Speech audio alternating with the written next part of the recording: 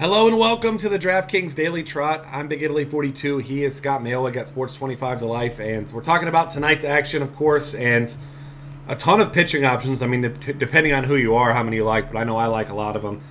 It's going to be really hard to look away from Steven Strasburg at $10,000, as well as he's pitched recently. Been great in his 3 starts since coming back. Gone 25 strikeouts, 2 walks, in 25 innings. One of those games at Coors Field, one at the Giants. 2 pretty tough matchups, ballparks, or 1 tough ballpark, I should say. So, you got to like him. It's hard not to like Jake Arrieta, too, but at 12-5, and he's at the Giants, who hit right-handed pitching really well. I mean, he's only given up, 2 earned runs all of August. So, he has 3 scoreless games and 1 game where he gave up 2 earned runs. But 12-5 seems like a lot for a guy that doesn't have, like, a Chris Sale upside, especially in a tough matchup.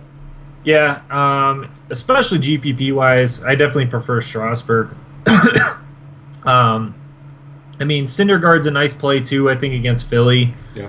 But they've been much, much better lately. He's 10-9 with an 8.5 over-under.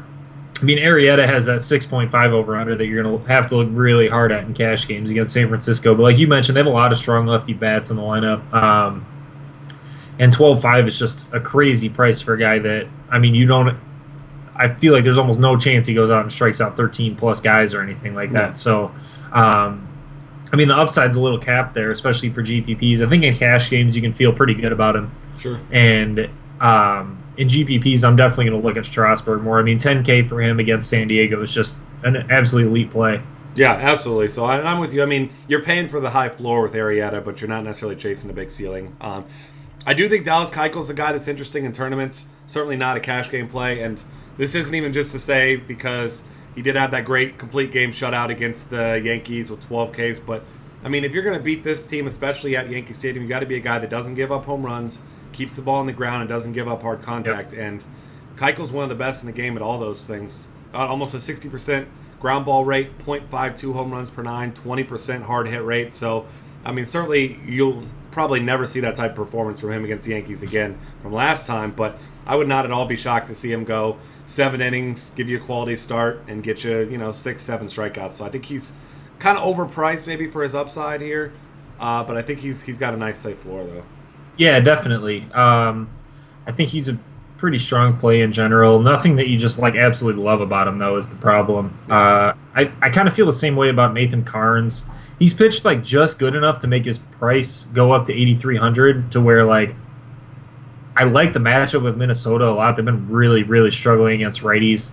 A 293 WOBA over the last 3 weeks against righties. It's a pretty strong -151 favorite. I mean, Tampa Bay doesn't have an outstanding offense behind him, but he feels like a fairly safe play. He's been right around 20 DraftKings points in each of the last 6 starts. He struggled a little bit against Texas with 1 in there.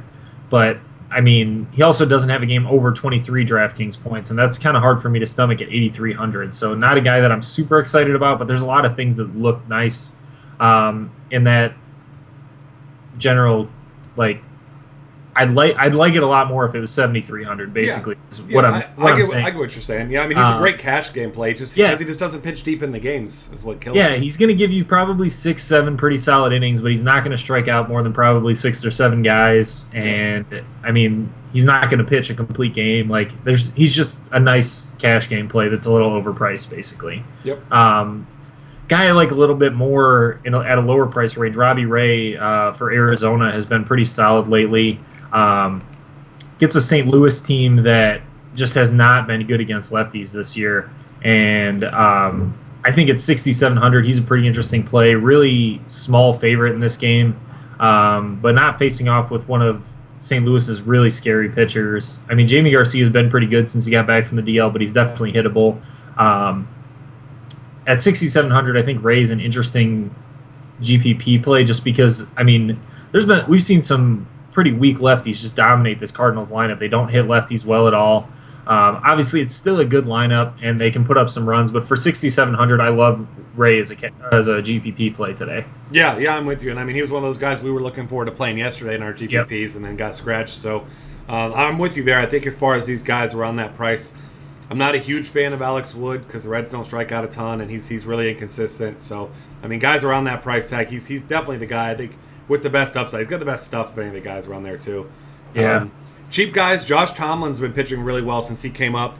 I was looking at the Milwaukee numbers over the past 30 days. They're second worst WOBA, third worst ISO, third least runs scored. I mean, Yep. obviously a lot of that due to the fact that guys like Carlos Gomez, Aramis Ramirez, out of town. I mean, but this is also a big park shift going to Cleveland from Milwaukee. So he's given up 3 earned runs total in his first 2 starts, all of them on solo home runs, it looks like.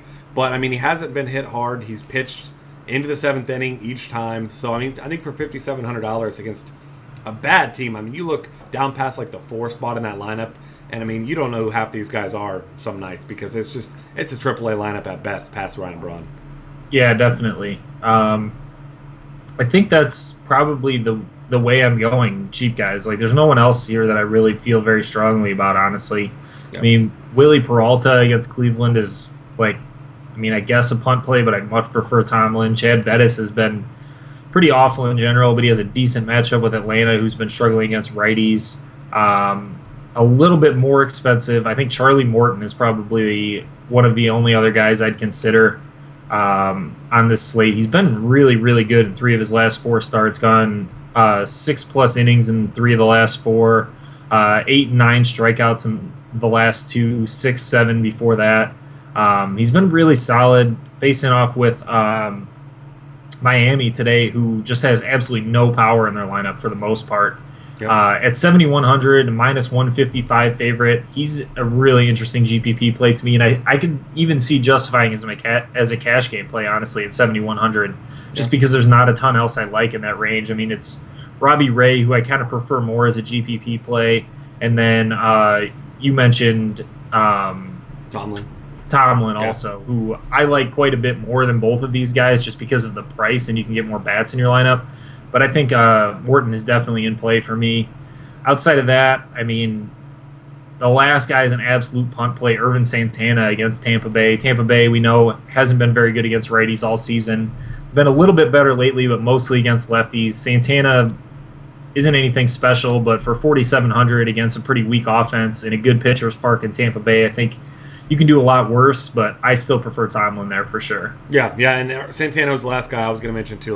Like you said, just because of his price, and he's been awful. He's also been pretty good at times. Like his last start, pitched 7 2/3, give up 4 earned runs. That's a good performance for him against the Yankees. If you get 15.3 like he gave you there, then you're thrilled at $4,700. So yeah, I mean, he has pretty good stuff. He just has a lot of control issues, and I mean, it's more that he's playing Tampa Bay for me than anything. Yep. And absolutely. They've struggled just so much against righties, and then the price. And I mean, with a lot of big GPPs on the slate today, he's a guy that I'll fire a couple times for sure on 2 pitcher sites. So it's hard to argue with him, honestly. Yeah, definitely. And then as we move over to catcher, most expensive guy as he has been for a couple nights, but paid off yet again last night. Travis d'Arnaud, $4,500. Jerome Williams is pitching for the Phillies, so you're going to hear a lot of Mets names, I'm sure. But d'Arnaud, obviously an expensive guy, but a guy you like.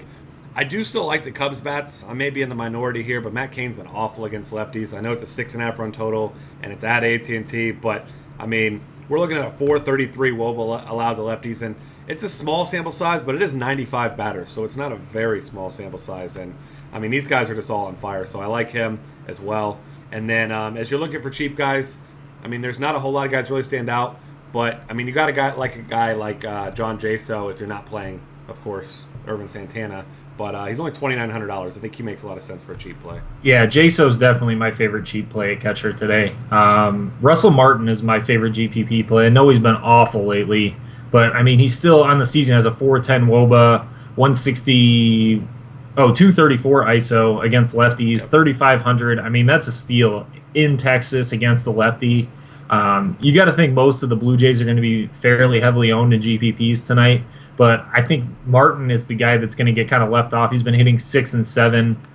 He's a little bit expensive, so I love him as a GPP play tonight. I think he's going to come back around at some point. We know he can hit lefties. He's done it his entire career.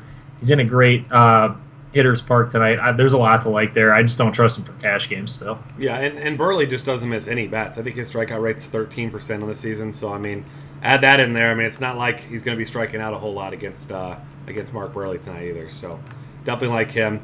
And then as you're looking for other catcher options, I still like Wellington Castillo as a tournament option anytime he faces a lefty at home.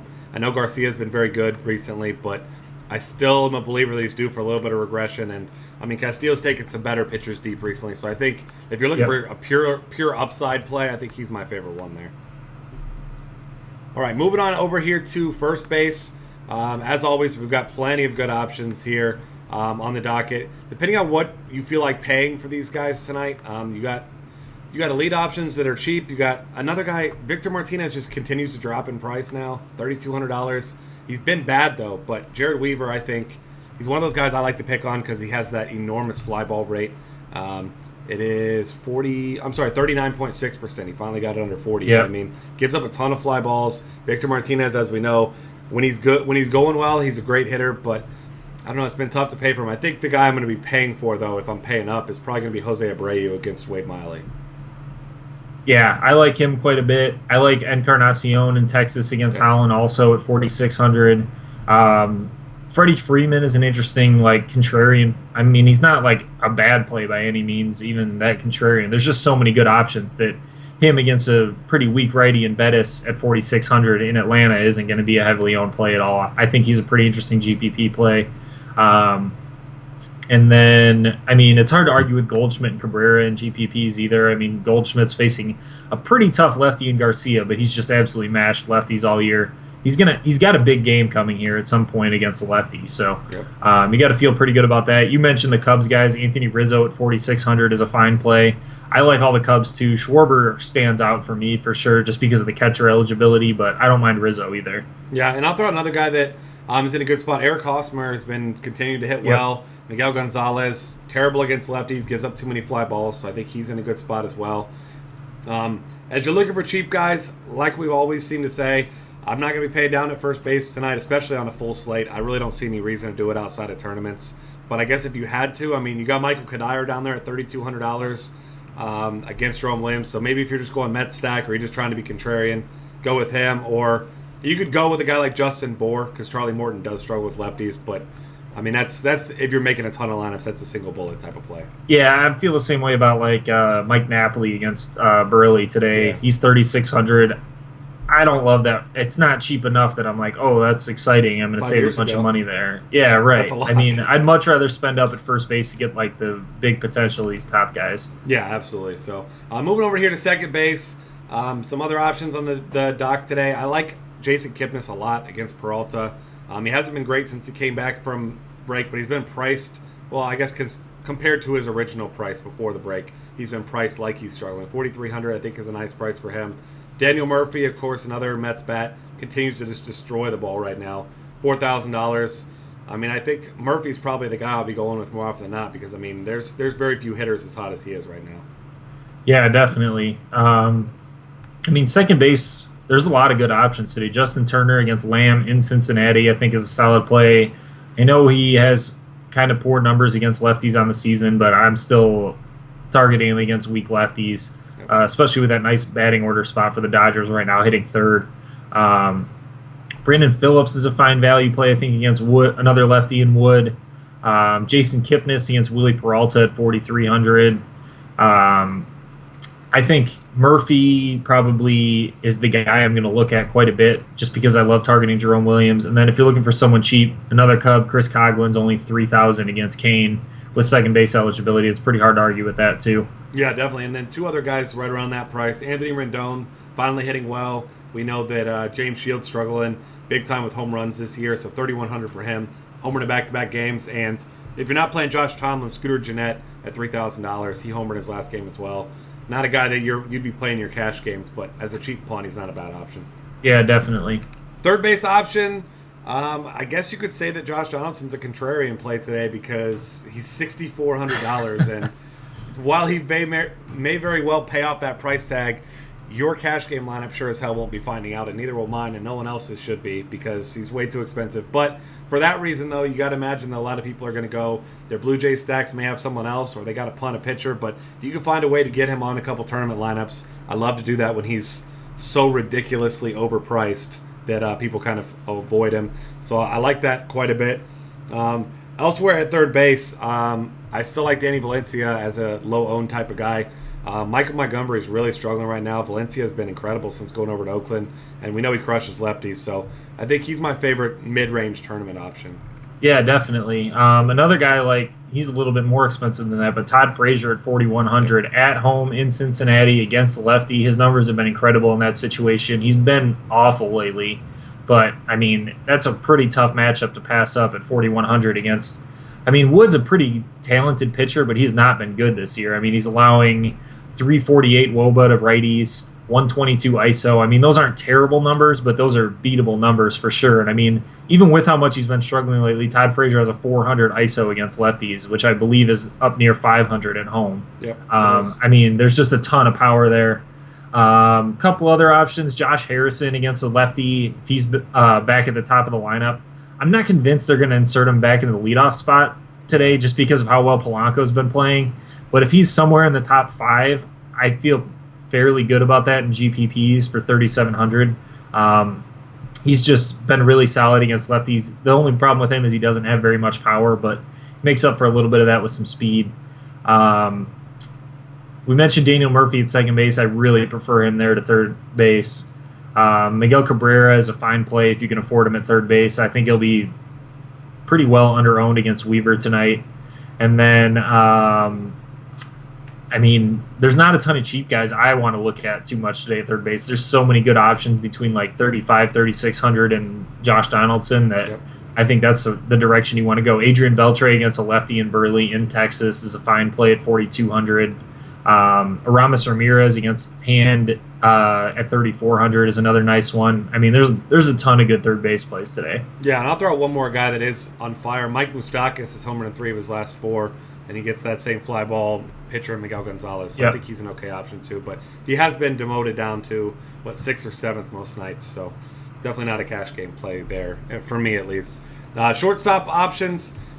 For me, it's going to be really hard if Kike Hernandez is in the lineup to not play him. I don't know if he will be, but $2,600 for him. He's just been absolutely destroying left-handed pitching this season. Actually, he'd be among the league leaders against lefties if he was qualified. I saw that this morning. So that at $2,600, he's the guy I think I'll be playing more often than not. I hope he's in the lineup.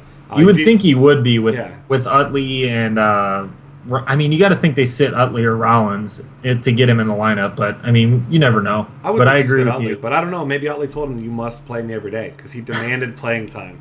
So maybe he just he goes and scratches out the lineup card himself and puts himself in. You never know. Just wherever he wants that day. Yeah. Chase Utley makes the rules apparently. Yeah, I mean, Tulo obviously a pretty solid top play. Yep. Still has really good numbers on the season against lefties, facing Holland in Texas. Pretty hard to argue with there.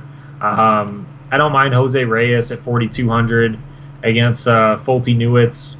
I mean, not an elite play by any means, but 4,200 is a decent price there for GPPs.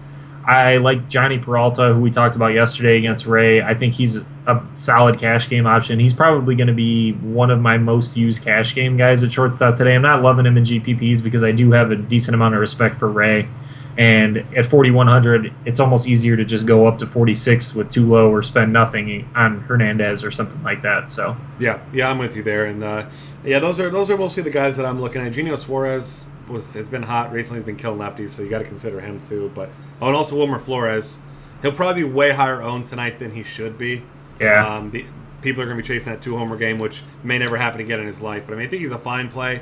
But this might be the night to go ahead and just not play him because everyone else will be. Yep. Outfield options. My favorite's Bryce Harper against James Shields. He's $5,100. Shields has been awful against lefties.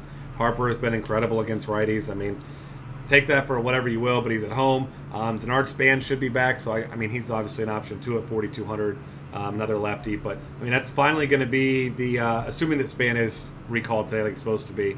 But that should be finally the Washington offense back all healthy, and I don't think that bodes very well for James Shields tonight. Yeah, definitely. Jose Bautista against Holland. I mean, Holland's allowing in 292 ISO to righties. Got to feel pretty good about that. Curtis Granderson, I think, is a pretty good play today, although I feel like he's overpriced at 4,500. But as one of the few Mets lefties that are really strong hitters, he's going to be at the top of the lineup. Definitely has some power still. You can feel pretty good about that. Both the Pirates righties at the top of the order, Andrew McCutchen and Starling Marte, both up near 400 WOBAs against lefties. Brad Hand, not a guy you got to really worry about a ton there. He's allowing a 335 WOBA to righties. They're about 5,000, so it makes it a little bit tough. If you're looking for some cheaper guys, there's not a lot in the outfield today, or at least as much as you'd think there would be on a big slate like this. But Jason Bourgeois against Alex Wood is a fine play for minimum 2,000 on the Reds. He's probably going to hit leadoff. One guy for Texas that hit second last time they faced a lefty, I want to say his name is Strasburger. That one I don't know. I would guess Strasburger. Yeah. That one I haven't heard actually said, so I'm not. Gonna Yeah, I haven't pretend. either. So I'm going to guess that's how you say it. But he's facing a lefty tonight, probably going to hit second again, I would think. Texas is just so heavy on left-handed bats, and now that they lost Will Venable, I'm assuming he's just taken over that role. So him at 2,200 is a pretty solid play for me. Byron Buxton is probably going to lead off against Carnes. Probably my least favorite play out of these cheap guys, just because Carnes has been pretty good and Buxton hasn't been nearly as good against righties. Scott Van Slyke against a lefty in Cincinnati is definitely a ton of power potential if he's in the lineup. As usual, check the Dodgers lineup and make sure that he's in there. And then Grady Sizemore at 2,400 against Irvin Santana, probably going to hit second again. We've seen him be a decent cash game play, not really enough upside for GPPs for the most part, although he was hot about 2 weeks ago for a while, but he's more of a guy you're looking to get 4 or 5 at-bats out of at the top of the lineup and have a decent cash game night than anything else. Yeah, that seems like that's what it is. Other guys to consider, Franklin Gutierrez is still on fire right now, $3,400. Jesse Chavez is a good pitcher, but if you want a tournament where a guy that you just know is going to be under 5%, you got him. Yasiel Puig, too, 3,500. He's a fine option in the middle. Carlos Gonzalez is the guy that I would like to play if he plays tonight. Left last night's game with they said a precautionary leg injury. I saw something like that. So if he comes back and he plays today, I think he's in a fine spot because you already mentioned how Fulton Witz is awful against lefties. So Blackman, Gonzalez, either one of those guys I think is a fine tournament play too. Yeah, I agree. All right, that's going to wrap things up here. Find us on Twitter at DF Cafe. Subscribe to our YouTube channel. Check out all of our great content at dailyfantasycafe.com.